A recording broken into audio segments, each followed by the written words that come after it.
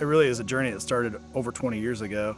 The iterations of this project actually were driven largely in part by their desire and this need for a space for their family to create these memories in, which aligns perfectly with our design principles and ethos as a company, which is really to design these spaces for memorable outdoor experiences.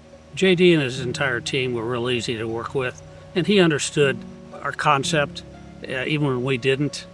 We needed a gathering spot, and family is huge to us, and friends, so he was able to hone in on our needs. Something had to be done. We weren't exactly sure what, but the idea of having a swimming pool was paramount because we thought what a great magnet to get the grandkids here. We're on phase 6 or 7 now with their family.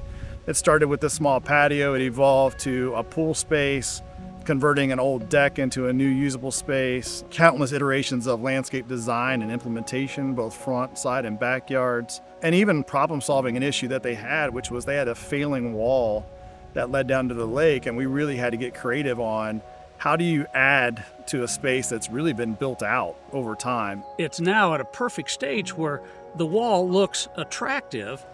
Form follows intention rather than form follows function. I think it's important to understand how a space needs to function, but the intention behind a space, I think, is even more important. And that is really getting at the core of a client and understanding it, getting into a relationship with them early to understand that experience that they want to have in a space. It's kind of like something for everybody.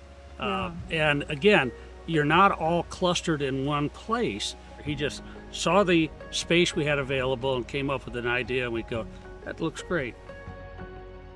Timelessness over trends was important to us. Focusing on what the trends are, but you want to keep your eye on what it's going to really look like and feel like in 20 plus years. This project is a prime example. If you look at phase 1, it still looks and feels the way it should today in the current environment.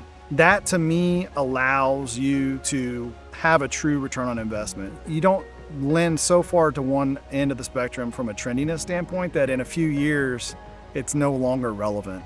The biggest impact on return on investment is what it does from a personal investment and memories made with family and friends. And just those core memories, I think, they're priceless.